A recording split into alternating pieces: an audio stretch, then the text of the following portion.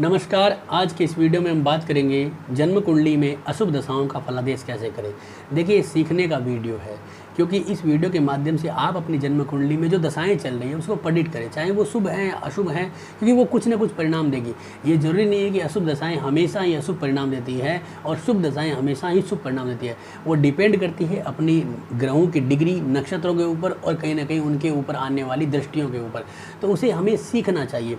ये जो वीडियो है इसके अंदर हमने जो है वो पूरे के पूरे चीज़ें बताई है सीखने के लिए, यानी ट्रिक्स बताया। जैसे कि मैं एक उदाहरण दे देता हूँ। आप जब ये जैसे आपके सामने स्क्रीन पे एक कुंडली आ रही है, ये सिंह लगन की कुंडली है। अब सिंह लगन में मंगल जो है वो एक योग कारक ग्रह है।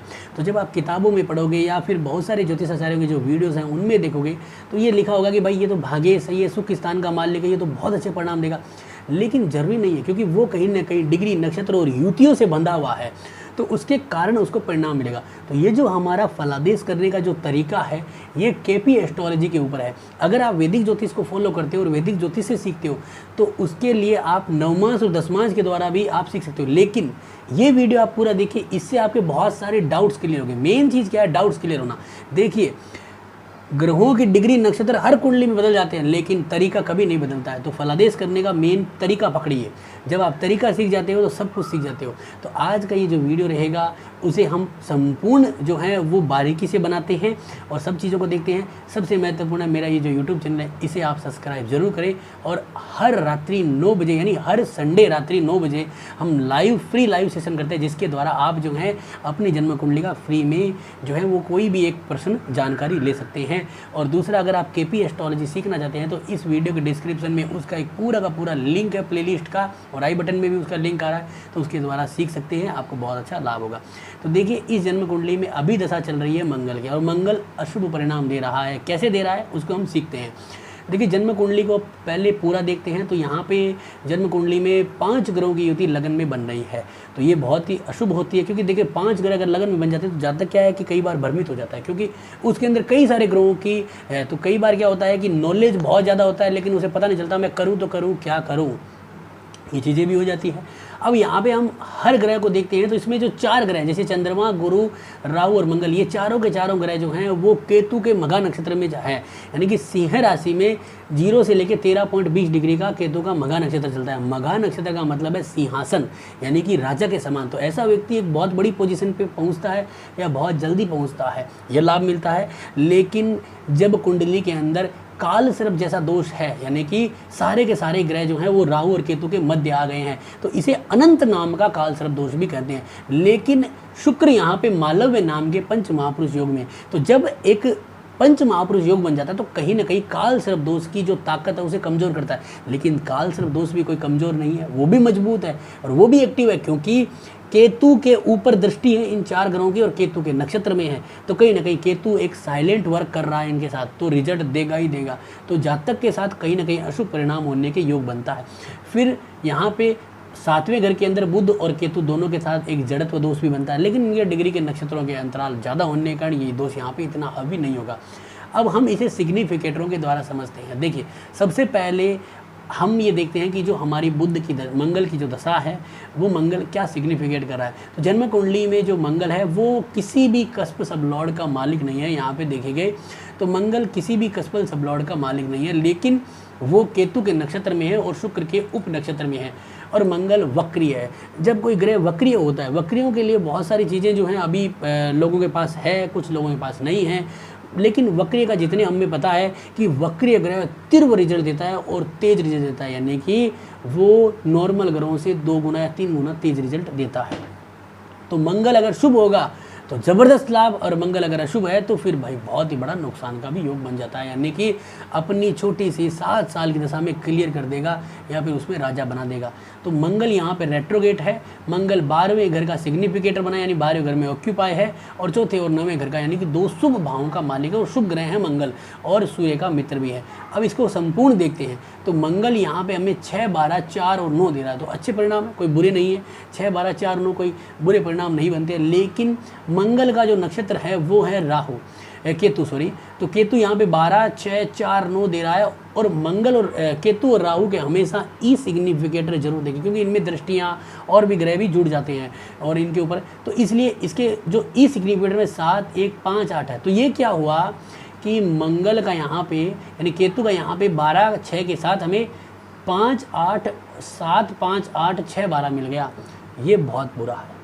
अब इसमें अगर इस अशुभ को अब 10 या 11 मिलता है यानी 10 11 होता तो हमें लाभ मिलता, लेकिन यहाँ पे 10 11 नहीं है। इसका मतलब क्या है कि ये केतु बहुत अशुभ हो गया। अब जिन जिन ग्रहों का नक्षत्र केतु, वो सारे ग्रह कहीं ना कहीं में हमें अशुभ परिणाम देंगे ही देंगे अपनी दशा अंतर्दशा में। अब मंगल जो था जन्म कुंडली के अंदर वो यहाँ पे शुक्र के उप नक्षत्र में, तो शुक्र ही इसे बचा सकता है। अगर शुक्र 10 11 दे देता है तो कहीं ना कहीं ये संजीवनी मंगल को लग जाएगी। अब हम शुक्र को देखते हैं, शुक्र अनटैलेंटेड है, ये एक प्लस पॉइंट है क्योंकि वो 10वें घर का सिग्निफिकेटर बन जाएगा, हमें लाभ मिलेगा। और वो अपने सिग्निफिकेटर 8 9 1 और 3 और 10 देता है। तो देखिए यहाँ पे क्या गलती हुई है कि 8 हमें मिला, तो क्या हुआ कि यहाँ पे मंगल के अंदर हमें 6 12 मिला, वो अशुभ था। और केतु के अंदर हमें जो है, इसको मैं थोड़ा सा नीचे करता हूँ तो आपको यहाँ पे समझ में आराम से आएगा। तो यहाँ पे हम इसको देखते हैं, तो केतु के अंदर क्या मिला हमें, केतु के अंदर हमें मिला 6 12 और 8। तो यहाँ पे 6 12 और 6 12 और यहाँ पे हमें 8 मिल गया। तो तीनों ही में यानी कि जो मंगल की स्टारर फैमिली है, यानी कि उसकी जो प्लैनेट स्टार और सब तीनों में 6 8 12 की युति बन चुकी है, जो काफ़ी बुरी है। तो यहाँ पे और उसमें फिर 3 जो है, ये 3 क्या है, पहले बुरा नहीं है, लेकिन जब ये 5 और 8 के साथ चला जाता है तो प्रॉपर्टी नुकसान का योग बनाता है। तो ये जो केतु है या ये जो मंगल है वो केतु के नक्षत्र में और शुक्र के उप नक्षत्र में आने की वजह से बहुत ज़्यादा मार खाने वाली युति में आ गया है। और शुक्र यहाँ पे अनटैलेंटेड होकर इसे जो है और ज़्यादा डुबा दिया, क्योंकि वो तीसरे घर के परिणाम भी देगा। जब तीसरे का देगा तो इसका मतलब वो प्रॉपर्टी नुकसान के योग में भी आएगा, क्योंकि तीसरा क्या, चौथे का 12वां है, और मंगल क्या है कि चौथे घर का मतलब चौथे घर का मालिक है। तो यहाँ पे मंगल की दशा हमें अशुभ परिणाम दे रही है। अब हम इतना ही नहीं देखें, इसके आगे और भी चीज़ें। बहुत सारे लोग क्या करते हैं कि यहाँ पे ये देखते हैं कि भाई मंगल की दशा है तो मंगल क्या परिणाम देगा, तो वो क्या करते हैं, सीधा ई सिग्निफिकेटरों में जाते हैं। यहाँ पे जो आपके क्लासिकल ई सिग्निफिकेटर होते हैं उनमें जाते हैं, देखते हैं कि मंगल किन किन ग्रहों के ठीक सामने, तो मंगल वो यहाँ पे देखते हैं। तो मंगल हमें चौथे घर के ठीक सामने है तो मंगल चौथे घर का परिणाम देगा, वो ये ऐसे देखते हैं। लेकिन आप इसकी पूरी स्टारर फैमिली को देखें, नहीं तो आप बहुत ज़्यादा फंस जाओगे। आप भरोसे में रह जाओगे कि मुझे प्रॉपर्टी मिलेगी, पता चला कि प्रॉपर्टी तो मिली नहीं और प्रॉपर्टी के साथ जो है वो भी चला गया। यहाँ पे चौथे घर का सिग्निफिकेटर बना मंगल, यहाँ पे छठे घर का सिग्निफिकेटर बना मंगल, और यहाँ पे हमारे जो है वो 9वें घर का सिग्निफिकेटर बना, और यहाँ पे जो है हमें बना यहाँ पे 12वें घर का। तो ये तो शुभ भाव है, अशुभ नहीं है इसमें तो इन्वेस्टमेंट, प्रॉपर्टी, धन लाभ योग बन रहे हैं।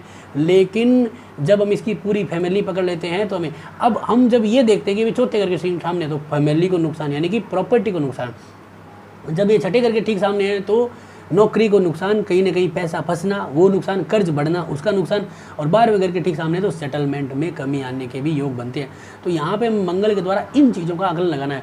अब मंगल हमें अशुभ परिणाम दे रहा है तो हमें अशुभ परिणाम यहीं पे ही नहीं फाइनल करने हैं, इसके अलावा ये देखना है कि जन्म कुंडली में कोई भी जन्म कुंडली हो, अशुभता का मतलब क्या होता है कि यानी कि बड़ा नुकसान लगना या हमें फंसना कहीं पे, तो वो दिखाता है हमारा 8वां घर यानी 8th हाउस। तो अगर 8th हाउस के जो सिग्निफिकेटर प्लैनेट है, जो 8th हाउस को स्ट्रांगली सिग्निफिकेट कर रहे हैं, उनको हमें देखना पड़ेगा कौन है। तो यहाँ पे हम देखेंगे तो 8th हाउस के ठीक सामने हमें शुक्र, शनि, सूर्य और जुपिटर यानी कि 4 ग्रह मिल रहे हैं। अब ये जो 4 ग्रह हैं जन्म कुंडली के, ये ग्रह कहाँ जा रहे हैं यानी कि क्या क्या दे रहे हैं सिग्निफिकेट। सबसे पहले शुक्र को देखते हैं। शुक्र यहाँ पे 8 9 1 3 10, तो ये कोई ज़्यादा अशुभ नहीं नज़र आ रहा है, कोई दिक्कत नहीं है यहाँ पे। लेकिन यहाँ पे जब शनि है तो जो शनि है वो क्या कर रहा है यहाँ पे जन्म कुंडली के अंदर, वो यहाँ पे 8 1 1 6 7, तो 8 1 1 6 8 6 यानी तनाव दे रहा है। इसके बाद सूर्य जो है वो जन्म कुंडली में 8 6 7 1, वो भी तनाव और वो भी तकलीफ दे रहा है। उसके बाद जुपिटर, तो जुपिटर यहाँ पे रेट्रोगेट है और जुपिटर यहाँ पे अनटैलेंटेड है और जुपिटर अपने ही सब लॉर्ड में है, तो ये सबसे ज़्यादा हार्मफुल है। और जुपिटर हमें दे रहा है 6 12 5 8 यानी कि 5 8 और 12, ये सबसे बुरा है। जुपिटर इस कुंडली का सबसे अशुभ ग्रह बन गया है। तो अब हमें देखना है कि जो मंगल है वो कहीं ना कहीं इन चारों ग्रहों से जुड़ा हुआ तो नहीं है, यानी कि जिसमें एक शुक्र है जो काफ़ी कम अशुभ बन रहा है, यानी कि 8 भी है, 9 3 10 है, तो ये कम अशुभ है लेकिन ठीक है। तो यहाँ पे हम देखेंगे कि मंगल की जो फैमिली है, तो मंगल यहाँ पे शुक्र के उप नक्षत्र में है, तो मंगल 8वें घर के सिग्निफिकेटरों में जुड़ा है, क्योंकि मंगल जो है वो शुक्र के नक्षत्र में है, उप नक्षत्र में है, तो यानी कि मंगल कहीं ना कहीं अशुभता के परिणाम दे सकता है।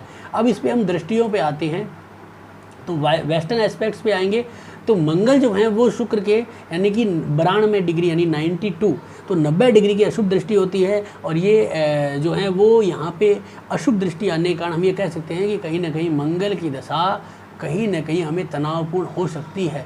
तो ये हमें मिल रहा है सिग्निफिकेंस। और जो हमारा जुपिटर है वो जन्म कुंडली के अंदर हमें रिजल्ट दे ही रहा है कि बहुत अशुभ है, लगन के अंदर बैठा हुआ 8वें घर का स्ट्रॉन्ग सिग्निफिकेटर बन रहा है। तो कुंडली के अंदर हमें ये पता चलता है कि मंगल की जो दशा चल रही है हमें अभी वो कहीं ना कहीं हमें तनावपूर्ण स्थितियाँ डाल रही है। अब मंगल की जो दशा चल रही है, मंगल जन्म कुंडली में बैठा है सिंह राशि में, तो हमें यहाँ पे क्या करना है, एक कदम और आगे बढ़ाते हुए गोचर पे जाना है। गोचर से चीज़ें क्लियर होगी, क्योंकि देखिए मंगल की दशा 7 साल की रहेगी, तो जरूरी नहीं कि ये 7 साल पूरे के पूरे बुरे जाएंगे, इसमें लाभ भी होगा। देखिए जब भी आप एक चीज़ नोटिस कर लीजिए कि जब भी अशुभ दशाएं होती है तो उसमें पहले फ़ायदा होता है, वो आदमी पहले उस जगह पे पहुंचता है कि क्या करे, यानी बहुत कुछ लेता है, यानी कि जैसे हम जुए सट्टे लॉटरी के लिए जाते हैं तो पहले हमें लाभ होता है, हम 10-20 हज़ार रुपये जीतते हैं, हमें आदत लगती है, उसके बाद वो हमारे से 10 गुना ब्याज समेत वापस देता है। तो उसी तरह क्या करना है, इस कुंडली में हमें ट्रांजिट को भी देखना है। जैसे हम यहाँ पे जाएंगे तो हम जब भी ट्रांजिट देखते हैं तो आपको जो लग्न है आपकी जन्म कुंडली का वही लगन लगाना है। तो यहाँ पे हम देखते हैं तो यहाँ पे हमारा सिंह लगन लगाते हैं, तो इसे हम AM कर देते हैं, तो ये सिंह लगन लग गया है। अब सिंह लगन में हम देखेंगे कि जो आपका मंगल है वो सिंह राशि में बैठा है। अब इसके ऊपर कौन से ग्रहों की दृष्टियाँ हैं तो वो हमें को सब कुछ क्लियर करेगी। तो याद करिए, यहाँ पे देखिए कि कौन कौन से ग्रह चल रहे हैं। यहाँ पे सूर्य चल रहा है, सूर्य जल्दी चलता है तो इसको हम नहीं लेंगे, बड़े ग्रहों को ज़्यादातर टारगेट में लेना है, जिसमें सबसे बड़ा ग्रह आता है शनि और केतु और गुरु और राहु।